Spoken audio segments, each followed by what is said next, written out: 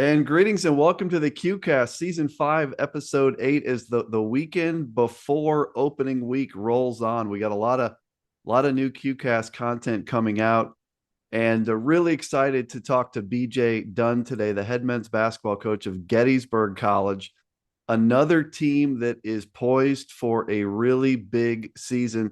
BJ, it's great to meet you. It's one of the things I like about doing the QCast is meeting people like you. And tell me what you think about this new look I have here. Is that a pretty good look, do you think? I love it, man. We just can't make sure all the Illinois Wesleyan guys see you rocking that gear, but It is good. appreciate everything that you do for D3 Hoops. I love the just all your social media posts and how much care and just passion that you have for this level. So I'm fired up to meet you and be on the QCast and talk Gettysburg basketball. Hey, I appreciate that. And yeah, this is a good time of year. There's the D3 Datacast guys have a lot of cool stuff coming out on their end. I just saw a new one today. I can't wait till Hoopsville comes out, and the Not Even D2 podcast guys have it rolling. So just all kinds of good stuff. Also have to plug my friend Ryan Whitnable has the Great Lakes Invitational happening in a couple weeks. So this is a great time of year. Um, BJ, when you look at the Centennial this year, let me just start there. As I had to turn in my top 25 ballot, Mhm. and I knew I wanted at least one Centennial team, had to have one in there, but I didn't know who to pick. Like I looked at Hopkins, I looked at Swarthmore. At the end of the day, I felt like you guys from a team that won it with all you have coming back. I voted you guys 17.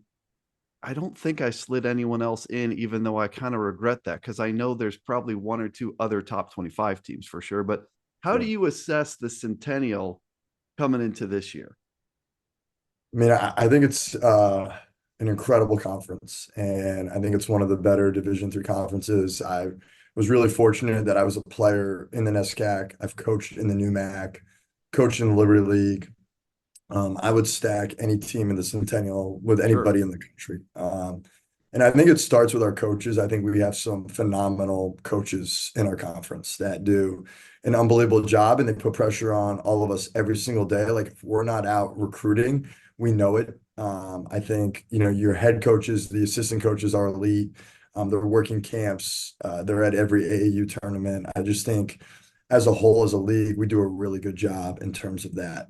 Um, I think in terms of just like what everybody has coming back and preparing, I think the league is going to be as strong as it's been in the past. I think you're going to see a lot of really good basketball, and every night anybody can beat anybody. I think we're excited about the group that we have coming back. We returned 162 minutes. Right. We had an opportunity to go to Europe in May, so we got those 10 extra practices, and then we got to play 3 games against professional teams in Europe on top of all the team building and culture Sure. stuff that comes with that.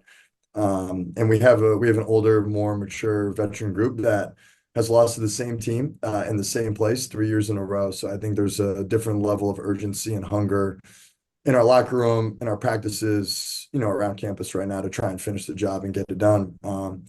But with that, we know that there's a ton of respect too that we have for all the teams. I think what's going to be unique this year is we've gone to conferences or divisions in our conference. I'm sure Right. you've seen that. Yeah. So we've split that a little bit. And I think that will make some things interesting where we don't play everybody twice like we're used to. So it allows us to have an opportunity, I think, to put our thumbprint nationally and play a more competitive non-conference schedule instead of the 7 games we're used to. So hopefully the rest of Division Yeah. Three world gets to, in the talking heads that is D3, get to see us compete outside of our region and outside of our league. And I think that will garner more respect top down instead of what it's kind of been the past couple of years, just 1 or 2 teams. Yeah, and I assume the move to the divisions is similar to why they did it up in Minnesota in the MIAC, in that if it's hard to have a league as big as yours and play the double round robin from a Sure. standpoint of your strength of schedule and all that stuff. Everything kind of gets sucked back into 500 the more conference games you play. Was that the reason to allow you guys to go out and schedule more non-conference games and play whoever you want to play, good competition, et cetera, in the non-league? Yeah, I think the conversations that we were all having is our league is too strong to only have one or two bids in the NCAA tournament. And I think to go to a model, you look at the NESCAC, I think they've figured it out. I played in the NESCAC, and I always laugh. Like my freshman year, we were 12th in the nation. We were the 8th seed in the NESCAC tournament. I just think that just shows the strength of the league, but you only play everybody once. So, everybody enters conference play at like 12-0. And I think this was an opportunity not for everyone to go undefeated in the conference, but for us to just expand our reach and who we're playing and to boost our NPI, especially this year, right? Where we're going to the new formula, Right. and playing more competitive games. And kind of when you only play 7 games in the non-conference, like there's no room for error. And now we're going down to Hampton, Sydney. We're playing Maryville. Hopefully, we have an opportunity to play Hampton, Sydney. Those are 2 great MPI games. Yeah. You can be Yeah. aggressive and go out to Stockton. You can go to DeSales and play them in Mary Washington, where before, if you only have 7, like those are 4 games that you have to think about, right? Of where Right. schedule you are. So that was the conversation, is like, how do we get 3 to 4 teams in the tournament without us beating up each other for 18 games and then having to play 3 games to determine the conference tournament winner. So I'm interested to see how it plays out, but I think we're all behind it. I think everybody did a really good job of scheduling and scheduling where they are, and it'll be interesting to see how it shakes out this year. I'm glad that you mentioned that thing about the NESCAC and not me, because I get in a lot of trouble with the NESCAC people. They think that I hate them because I always mention this they don't play the double round robin. Listen, man, I'm a NESCAC alum. Like, I'll be the first to say, like, we had a pretty good. Not that is not saying that the NESCAC isn't an unbelievable conference, It's an incredibly strong. unbelievable conference. Yes. But when you don't have to play each other twice, it's just a different animal, right? Like when you have the scouts, and I think that's the level of coaching in our league, is we're playing everybody twice, 3 times, right? Like we have to go through Yes. Swarthmore 3 times to win the league. There's just an incredibly insane amount of detail that's going in these scouting reports where we know everything each other does because you're playing them twice a year. I just think it's a little different, Yeah. in the NESCAC, and it allows you to have a little more favorable non-conference schedule. So, So folks, I'll own that. I'll take that, Bob. that's Like that's not Coach my league. Dunne. That's Coach Dunne. That's not me. I'm on the NESCAC is an elite, unbelievable conference. I just wish there was a double round robin. So I'll leave it Of there. course. So yeah, last year in the league, you tie with Johns Hopkins for the title at 15-3. I Mhm. believe you were the 1 seed, correct? So you We won were the crazy one, yeah, tiebreaker there. we swept them. So we won that tiebreaker. So you guys are the 1 seed last year, Johns Hopkins, and then you had Franklin and Marshall, Swarthmore at 14-4, Ursinus, Dickinson, Muhlenberg, McDaniel, Washington College, Haverford. It was a great race. The race between the top 4. There were so many games, cross games, it was hard to make sense of. Yeah. Like this team would beat that team, but then that team would lose to this team.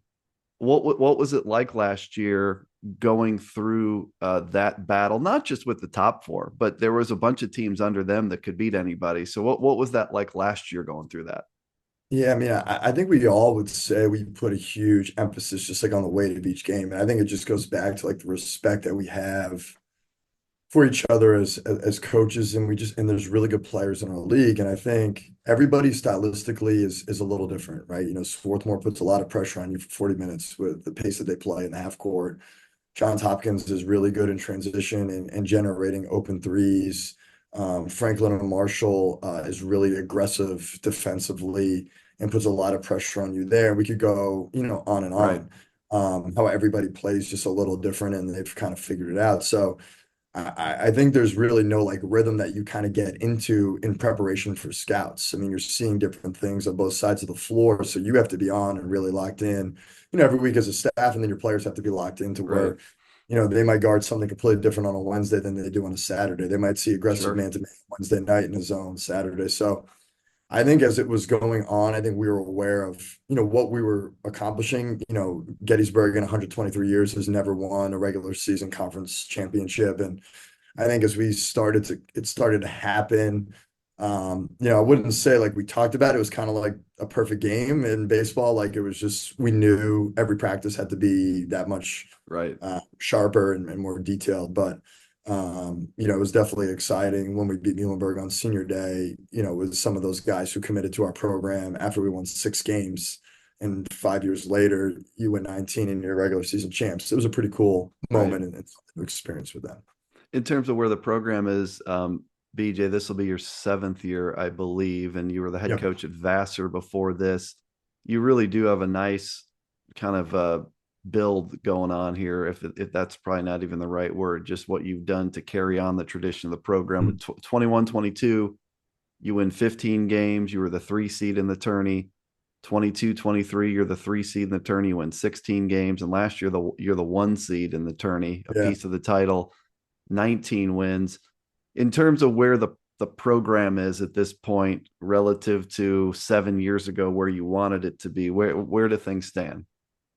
Yeah, I mean, we just had a leadership meeting today and we talk a lot about pressure as a privilege. And, also as a privilege, not always having, being able to coach small details in practice. And I'm really grateful for the guys that we have in the locker room. I think we have unbelievable people. And, 6 years ago, we won 6 games and we were just trying to be competitive at halftime. So we would be able to stay focused and compete for the final 20. I think we lost like 13, 14 games by 20, 30 points. You go from 6 wins to 12 wins, and then you have COVID, and you kind of Right. come back, no idea where we are. And I think, one of the things, that we've prided our program on is we use this mantra, pound the rock. And I think that's been a huge part of our growth process where, we're more system oriented than I think goal oriented. I think, we want to win a Centennial. I believe Gettysburg is positioned to be able to win a national championship. That's the ultimate goal. Sure. But how we're going to get there has been through this relentless pursuit of continuous improvement and showing up every day with this like level of desperation that we have to just continue to get better. And I think that's unique to the individual. It's unique to the team, and it's unique moment to moment of where you are in the season. And I think our guys have done an unbelievable job of really believing in that and buying into that.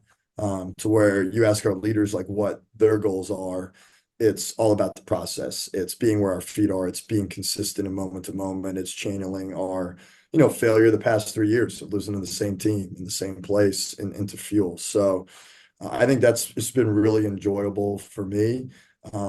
Just to see that growth, but we wouldn't be here without, I think the level of investment that our guys have. I mean, I think it takes really intrinsically motivated and tough-minded kids to come on a recruiting visit when you just won 6 games and you lost by 30, 40 Sure. multiple games to want to be here and to turn this thing around. And, we haven't been to NCAA tournament in 15 years. And I think that's also challenging too when we're recruiting against schools that are doing it year after year. But we have the right guys, and I think they're excited to finally, to finish the job and leave a lasting legacy. And that's the goal every day. Wanted to ask you just a little bit about two fronts, about Gettysburg, Pennsylvania itself, which is such a Yep.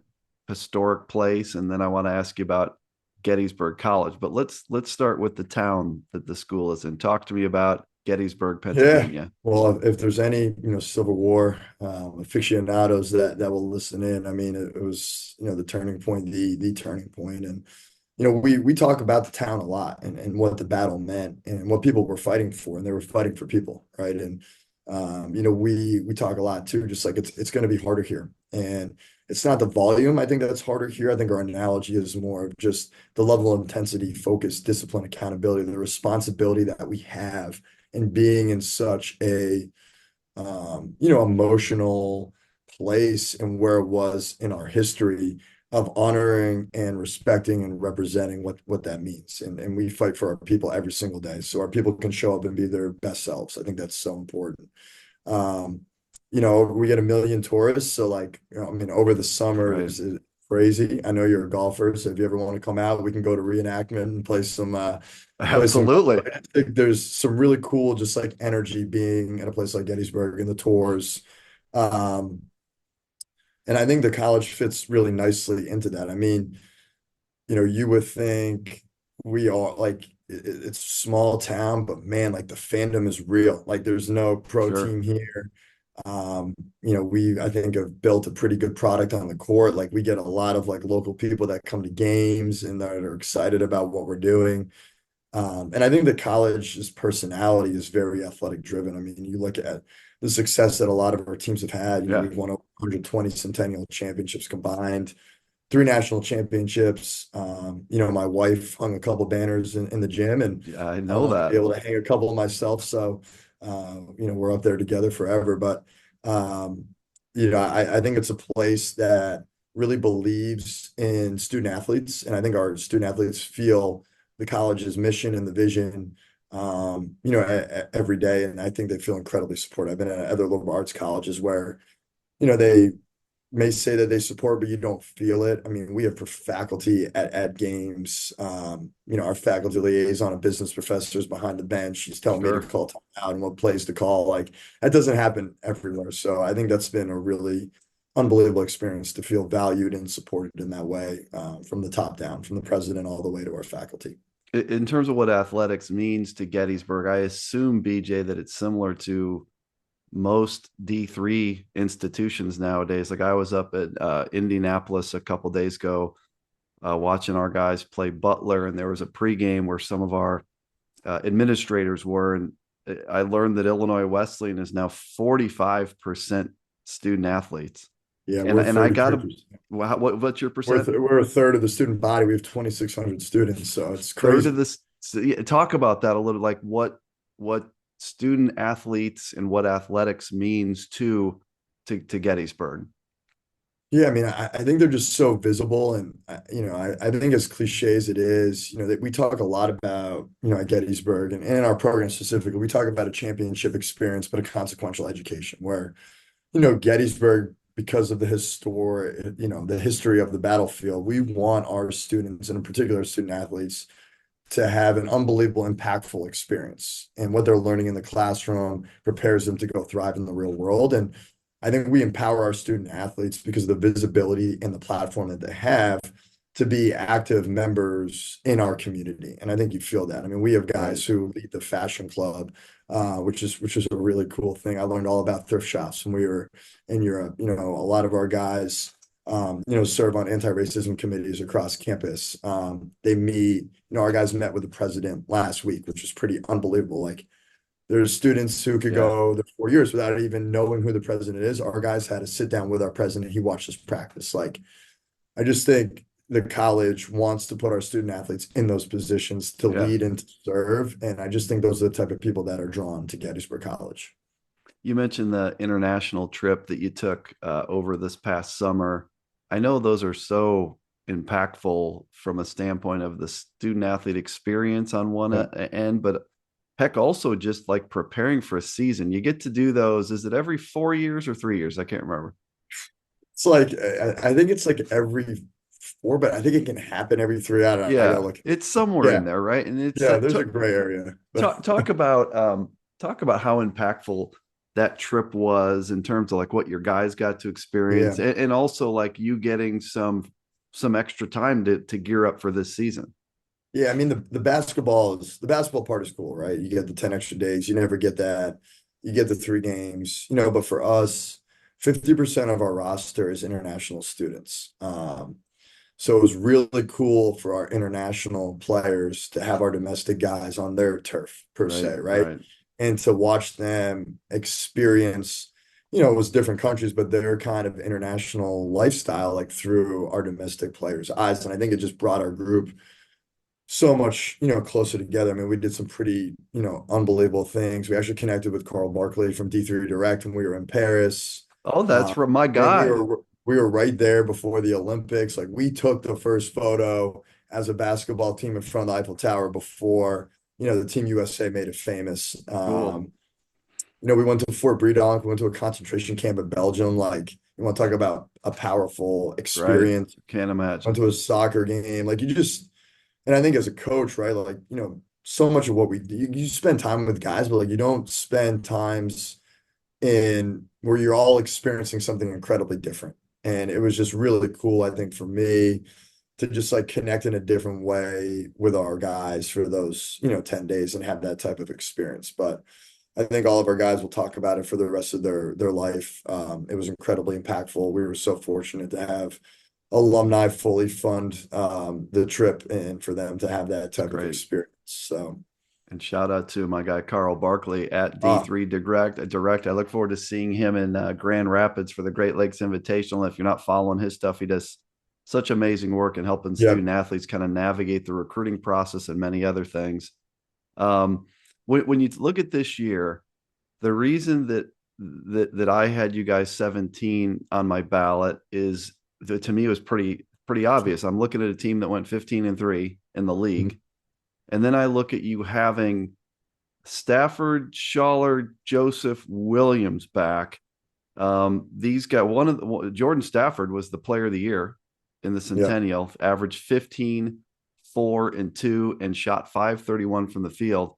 Maybe let's just start with him, and then I want to just talk about the rest of that returning crew. But first team all conference, player of the year, Jordan Stafford. Talk about what he brings to the table for you, PJ. I mean, I told him yesterday I'm just going to try and enjoy the crap out of coaching him this final year. I mean, he's just his work ethic, his drive, his motor, his relentlessness. I mean, it's unbelievable, and he elevates us in every which way. And like his just growth, as a human has just been incredibly just tremendous, and just it's been so fun and one of the more rewarding things for me to watch. I mean, him and Schaller came in as freshmen, and we put a ton of just pressure and responsibility on those guys right away. I mean, they basically started since they were freshmen, Carl earlier than Jordan, and they've seen the program go from 15 to 16 to 19. And, Right. we've asked a lot of them. We've been super demanding. They've played a ton of games together.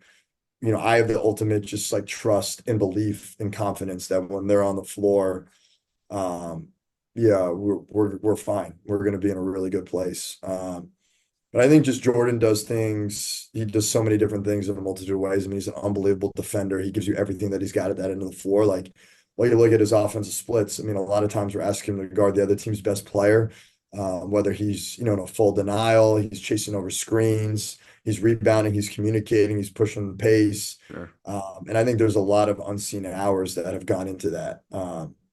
He lifted today. He's gotten 2 workouts in. We're going to practice tonight. Like that's an average day for him. And I think he is single-handedly elevated like our gym rat work ethic culture to where when we go at 8 a.m.s and we have these like open skill workouts, we have almost the whole team because they've seen the growth of him.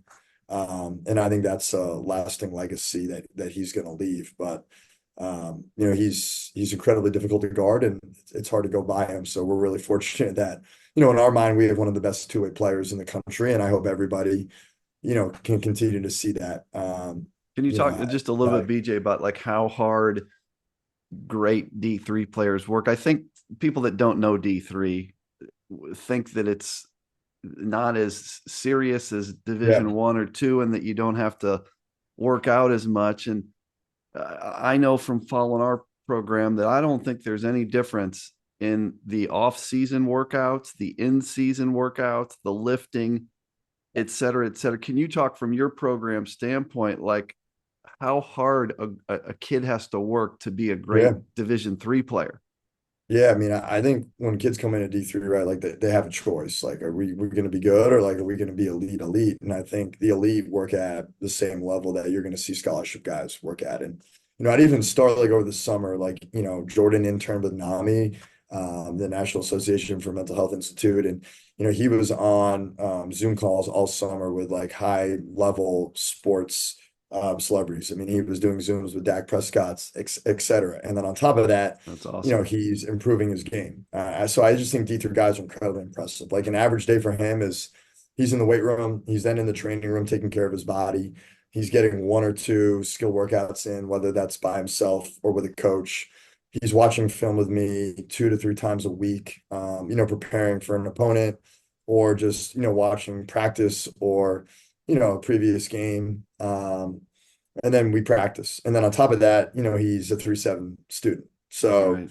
you want to talk about like I just think that also isn't getting compromised either. And I think what's so impressive about D3 guys is like they're taking 4 classes, like their course load is challenging. Right. And our practices are at 6 at night or they're 8 o'clock at night. And they're finding time in their day because of how intrinsically motivated they are and how much they love the game and the passion to continue to improve themselves and get better. So he sets the tone for our work ethic, but that's a normal day. And we have 8 to 10 guys that now operate like that instead of just having 1 or Right. 2, which has made a huge difference in our, player development stuff.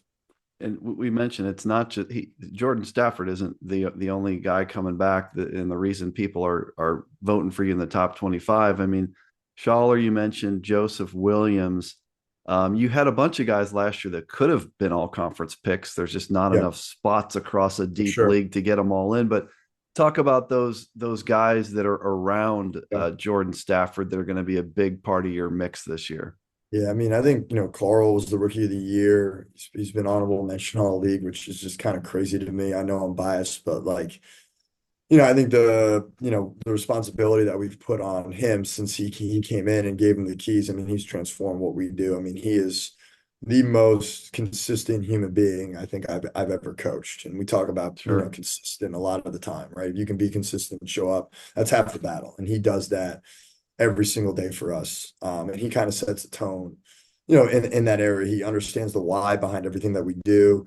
He's a floor general, gets guys to spots, and he's an elite defensive player as well. I mean, I think that goes unnoticed because how good of a guard, Jordan can guard, but Carl's just as good. I mean, he's getting over screens. People try and mismatch and post him up. He's really difficult to move down there. And a lot of it is the work that he does in the weight room and with his body. And he has a similar kind of type of work ethic. So I think the two of them in a backcourt, we've been just really fortunate. I've done this long enough to know, like, when you have something like this, to stay out of the way a little bit, but just to enjoy this as much as possible too. I mean, I tell them every day in practice, like, I'm soaking this thing in. They've meant so much to me and so much to this program. And we do have other guys around them. I mean, Nate scored over 30 against Swarthmore in the Right. semifinal. Named Nate Williams. He had some really big games, and he's just a really great scorer with a really, really good feel for the basketball. He's taken on a really strong leadership role as a junior. And I think the way that we're playing, gets him more involved. And, I'm excited to see him kind of blossom into this role. Akeem Joseph is, a really good two-way player. He's aggressive. He's a downhill driver. He's worked really hard in the offseason. He's a really good defensive player as well. And then, Aiden Mess backed up Ryan, who graduated, who's now in Ireland playing professionally and getting his master's. But, Aiden's got a chance, I think, to be pretty special. And, he's different with what he can do with his back to the basket, and he kind of can transform and change some stuff. And then we have a lot of just peripheral guys who got minutes, who got real game experience. And Europe was really important for them to play even more. So we're excited about their growth and development and their ability to help us win basketball games this year. It's cool to hear the perspective you have about like enjoying this season and enjoying coaching these guys, because sometimes like fans have that perspective. People are asking me like, why are you flying up to exhibition games Yeah, to DePaul and Butler? And I yeah, said, because a team like this comes around like once every 4 or 5 years. And I'd like to see as many of these games with these guys as I can. And what's cool is that you're kind of saying that as a coach, and most coaches they're so locked in that I think they don't often get to just enjoy their yeah. guys. But you see, like, where does that cool perspective come from, BJ? So yeah, I mean, I became a head coach at 25, and I took over a program at Vassar that had been in two conference tournaments in 42 years. I'd won 31 games in the previous five. And in my first year at 25, we lost in a conference championship game and won 19 games. My second season, we had all these plethora of injuries, and I didn't have any systems in place as a head coach to handle all the adversity. And I was horrible. You're 26 trying to figure this out. And, at like 27, 28, I was like, can I do this? Like, I am like, I'm an uber competitive person. I'm very intense. Um, and I can get really lost in the film, the preparation. And I was like, no, like I love this game. Like, I love basketball, and I love watching our players problem solve, handle adversity, figure out like how to thrive in the real world and problems. And I think it was really at that point where I was like, man, like I am going to burn out. Like, this is not, I'm not having fun. I'm miserable. I talked to my wife about like getting out of it. And then we had the change where I became the head coach here. And I just promised myself, like, every day I'm going to enjoy the crap out of this. Like, very few people get to do what I do. And there's we're not here long enough to do multiple things in life. So whatever we decide to do that we're passionate about, like we got to give everything we have to that. And I think that's just like one of my goals is like, I have it in my office. Like I'm gonna be like an epic husband, an epic dad, and I'm gonna be an epic coach. And those three things are gonna happen all at the same time. And I think when you become a father too, like I have a 4-year-old and a 3-week old, like when they come into the gym, I want them to see the fun and energy and passion that I have every day for what I'm doing. And it's the same as when Sure. we're building magnet tiles and Legos and running around the yard. I want them to see that. And I want my guys to see that too. So I just, I'm just trying to enjoy, every moment that I can because I know I'm really fortunate and I have a lot of gratitude for that. That I get to be around these guys every day. So that's kind of where it comes from, right? Just It's very cool. experiencing a lot of adversity and being like, what's going on, and just being like, no, like this isn't the way that it's gonna operate for me. And it's meant to be fun. I have like on my game sheet, it literally says joy. It's meant to be fun, and that's what I always go back to. So that's why. It's great, and like I said, I understand why most coaches are very stressed out and very just kind of focused on the moment, and it's just great to hear your perspective on that. I think people will really enjoy hearing that. Of Um, course.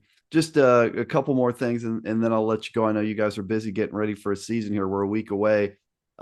Schedule wise, you open with Arcadia, and then you get either Ohio Northern or the team that you coached at, Vassar, on Saturday. Yeah. So just starting with, opening weekend, what are your thoughts about? I see that's a 4-team tournament. Obviously, you're hosting Yeah. opening weekend. Talk about that field. Yeah, I mean, I think it's a really good field, really good coaches again. I think we want our tip-off tournament to be challenging. We haven't won it in, I think, 3, 4 years. So, we need to make sure we bring it. I think, the way that we just kind of look at everything, I know it's really cliche, but we're really day by day. And I think when you go 19-7, you're 5-1 in regionally ranked games. We felt like we were, if the committee actually looked at your regionally ranked record, and went by that, we were on the board so long when they were picking that Right. we should have been in. We felt like we had the resume to do that. So I think we've just put so much stress on like moment to moment, and every game matters. And I think our guys, Yeah. obviously there's energy to be excited about. You go down as someone's tournament that lost a national championship game, but like that isn't going to matter if we don't take care of business in the first 2 weeks of the season. So I think we know like when you've been in a place like on selection Monday and feeling this like pit in your stomach, like, yeah, we lost to Muskegon opening night. Like we lost to Salisbury. We lost to Franklin and Marshall twice. Like we know what that feels like. We have to make sure we're avoiding that every day. So I think there's just going to be a level of preparation. Like it's a championship every night. And we're not looking at 25 games. We're looking at one at a time. And I know it's cliche, but it's worked for us. And I think it's how we've kind of been able to chip away and continue to get better. And I think our group is doing a good job with that. Well, I know we could have played a good D3 NIT game last year between Illinois 100%. Wesleyan and Gettysburg. I think that would be a pretty high level game had we been able to play something like that I because know I feel your pain on the pool C, coach. I'm with you, man. I mean, there's so many good teams, and I don't think people understand that. What do we have, Right. 413 Division III teams? It's so different than every other sport. And I just think the level, I know I'm biased, but I just think the level of basketball at Division III is just the highest in terms of all the sports. I It's just think amazing. it is amazing. And there would have been, I think the NIT tournament would have been really, really good at Division III last year. Interestingly, my last QCast guest is on your schedule. So I talked to Sean Westerland of Bryn Athyn, Yeah, and you guys face them, and he's got a ton of guys coming back from a good team, and so for sure. yeah, you've got a lot of teams in your schedule that are going to be a problem, of course, and not to mention just getting into the Centennial. The last thing I got to ask you, I can't let you go without asking something about why D3 because you're a D3 dude, BJ. Yes. Like you're at Gettysburg, you coached at Vassar, head coach. You were the assistant at Emerson. You played at Bates, went to Bates. Like you are a D3 guy. And I love talking to the non D3 guys too who have chosen D3. But Yeah. I got to ask you, BJ, like what is so special about NCAA Division 3? Yeah, I think you're just dealing with student athletes who really, really love the game and they're incredibly passionate about it, and they're making a choice for their education and for their career to continue playing something that they love at a really, really high level. And I'd add that. And I don't think that it's like a consolation to go play Division III. I mean, I played with scholarship level guys, I've coached scholarship level guys.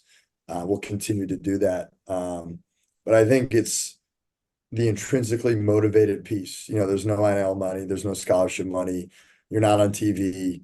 I just think it's like at its purest form, like when we all fell in love with the game. Like I always think about like when I first started playing, you're like 6 and 7 and you're shooting into like a hoop in your driveway by yourself. And like those are the best moments.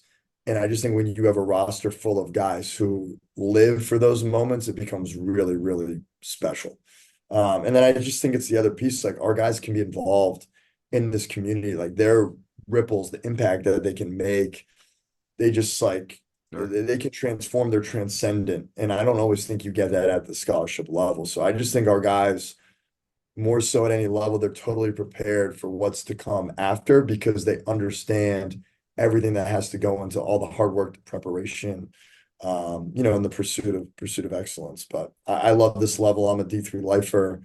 Um, it's been really cool just to stay at this level and to see people like you who are so passionate about it and to spread that awareness, like Carl Barkley, Hoopsville, Ryan Whittemore, all you guys, D3 Datacast. Like, how cool is it now that this level is getting the love and promotion that it should? Um, Absolutely. Yeah, and that crew that you just mentioned, I mean, it's a for the love of the game kind of thing. yeah, There's there's not big dollars in D3 podcasting. We all believe in it and want other people to believe in it. yeah. So I'll ask for your final thoughts. I'll just say, BJ, it's great to see your success and what you guys are building and continue to build. It's a journey that's very much in progress. Your season last year was incredible, and what you have coming back this year, I'm glad that you have that perspective to enjoy the ride, because it looks like it's going to be a pretty darn fun season for Gettysburg College on the men's basketball side. Thank you so much for your time. I really appreciate it. And you're going to have a lot of your fans tuning in. You're going to have Division III fans that know about Gettysburg and want to learn more tuning in. So what would you leave people with today on the QCast, BJ? I think it just, it's going to be a really, it's a fun group. It's a really committed group of guys to each other. I think that's what you're going to notice when you watch us play. I think it's a group of guys who played a lot of minutes and a lot of games, that really genuinely love and care for each other. And our goal every day is just the scoreboard is going to reflect that. And I think they understand the responsibility that they have to, our alums and our fans and people who have supported us. And, we're excited just to pound the rock and continue to get better because we do think it could be a special group, but there's a lot of things that have to go right. And, we're willing to continue to work and sacrifice to make sure that it happens for us. But again, Bob, I appreciate everything that you're doing for Division III, promoting Division III, promoting our, Gettysburg as well. It means a lot. I think the growth of our program to be recognized by someone like yourself, to be getting votes, but we know we got to continue to earn that respect. And the only way we're going to do that is get better every day. So we're ready to do those things. Best of luck to the Bullets. I sincere appreciate, like, this is high quality merch, That's people. Like, this is, I gotta say that it feels pretty good. So it's not like I'm wearing an Augustana or a Milliken thing. Like, if, yeah, not that they would, but if Augustana or Milliken sends me stuff, like, I can't wear that. And this seems pretty safe, folks. Like, let's love it. go Bullets. So hey, in all seriousness, BJ, thank you so much. Best Thank of luck you. to your team this year. And I'd love to see you play in person sometime. So maybe Let's we do it. can run into each other at a gym before this thing's over this year. That would be great. Hopefully, maybe we'll go out and play Illinois West in the NCAA tournament if Getting everything that works out. Sigma The plan. tournament, man. Let's do this. Thanks I'm so in. much, BJ. Thanks.